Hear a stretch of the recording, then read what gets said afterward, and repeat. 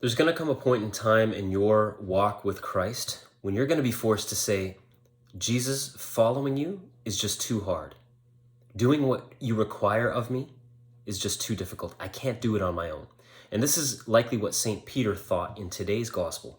Because in today's gospel, he approaches Jesus and asks, Lord, if a brother sins against me, how many times should I forgive that person? As many as 7 times? So Peter thought he was being generous. He's probably trying to impress Jesus a little bit.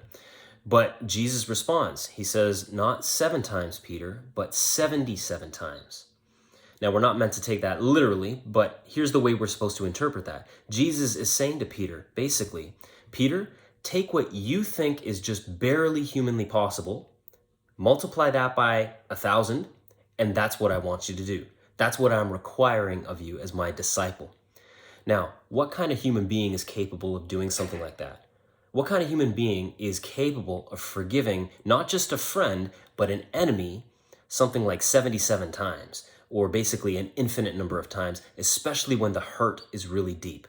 Who's capable of doing that? It's impossible. At least it is for me. But that's the point. You can't do it on your own. That's the Christian life. We're not meant to live the Christian life on our own strength. The only way it's possible is by relying on the help that God gives us. You know, there's a scene in the Gospels that I find particularly helpful when it comes to forgiving someone, especially an enemy. It's when Jesus is crying out for mercy on his executioners while they're drilling holes through his hands and his feet. What does he say? He says, Father, forgive them, for they know not what they do. Father, forgive them. I mean, he could have said, I forgive you, but he didn't. For whatever reason, he put it in the hands of his heavenly Father. He said, Father, forgive them, for they know not what they do.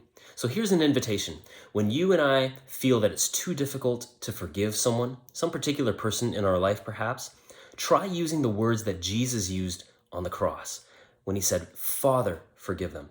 In other words, say to God, Father, you know that I can't forgive this person. You know that it's beyond my strength to do so. And so I ask you to forgive them for me, since you can forgive 77 times. That might sound like an awkward prayer, but that's all God requires of us, to forgive.